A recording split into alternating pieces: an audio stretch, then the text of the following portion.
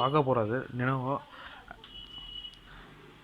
lenovo ideapad 320 இதோட boot menu எப்படி open பண்ணுறது அப்படின்றத பார்க்க போகிறோம். எப்படின்னு பார்த்தீங்கன்னா, ஃபஸ்ட்டு லேப்டாப் வந்து ஆஃப் பண்ணி வச்சுருங்க. நம்ம ஆன்லேயோ இல்லை ரீஸ்டார்ட்லேயோ பண்ணோம் அப்படின்னா வராது. ரீஸ்டார்ட் பண்ணாலும் இது வராது. ஷட் டவுன் பண்ணிவிட்டு ஃபுல்லாக டோட்டலாக ஆஃப் பண்ணிவிடுங்க. ஆஃப் பண்ணிவிட்டு என்னென்ன தேவைப்படும்னு பார்த்தீங்கன்னா, ஒரு ஊக்கு எடுத்துக்கங்க, சேஃப்டி பின்னு, ப்ளஸ்ஸு ஓஎஸ் பூட் பண்ண பென்ட்ரைவ் ஒன்று எடுத்துக்கங்க. எடுத்துகிட்டு என்ன பண்ணுறீங்கன்னு பார்த்தீங்கன்னா, இந்த சைடில் பார்த்தீங்கன்னா தெரியும் உங்களுக்கு,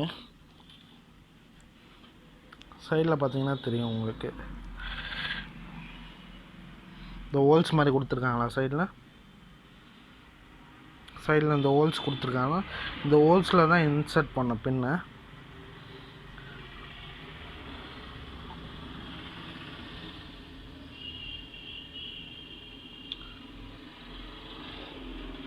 ப்ரெஸ் பண்ணிங்க அப்படின்னா டிக்குன்னு ஒரு சவுண்டு ஒன்று வரும். வந்தவுடனே பார்த்தீங்கன்னா டிஸ்பிளே ஆன் ஆகிடும். இப்போ பூட் மெனு வந்துடுச்சு. இதுக்கப்புறம் நீங்கள் பென்ட்ரைவ் வச்சுட்டு இருந்தீங்க அப்படின்னா பூட் மெனுன்னு கொடுத்தீங்கன்னா உங்களுக்கு பென்ட்ரைவ் லிஸ்ட் ஆகும். நீங்கள் பென்ட்ரைவ் கனெக்ட் பண்ணியிருந்தீங்க அப்படின்னா உங்களுக்கு பென்ட்ரைவ் வந்து லிஸ்ட் ஆக ஆரம்பிச்சிடும். இதில்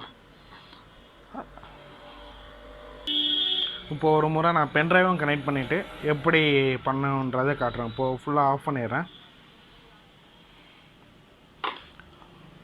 ஃபுல்லாக ஆஃப் ஆகிடுச்சு.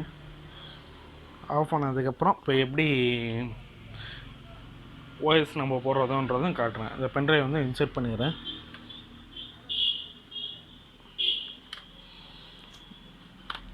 பென்ட்ரைவ் இன்சர்ட் பண்ணியாச்சு.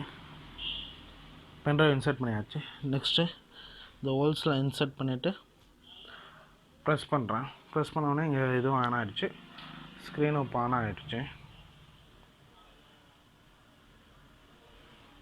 பார்த்தீங்கன்னா தெரியும். இதில் பூட் மெனுன்னு இருக்குங்களா, அதில் போனீங்க அப்படின்னா என் பென்ட்ரைவ் வந்து விசிபிள் ஆகுது. ஜெனரிக் ஃப்ளாஷ் டிஸ்க் அப்படின்ட்டு அது கொடுத்தீங்க அப்படின்னா USB plus any key to boot from யூஎஸ்பின்னு வருதுங்களா. ப்ரெஸ் பண்ணதுக்கப்புறம்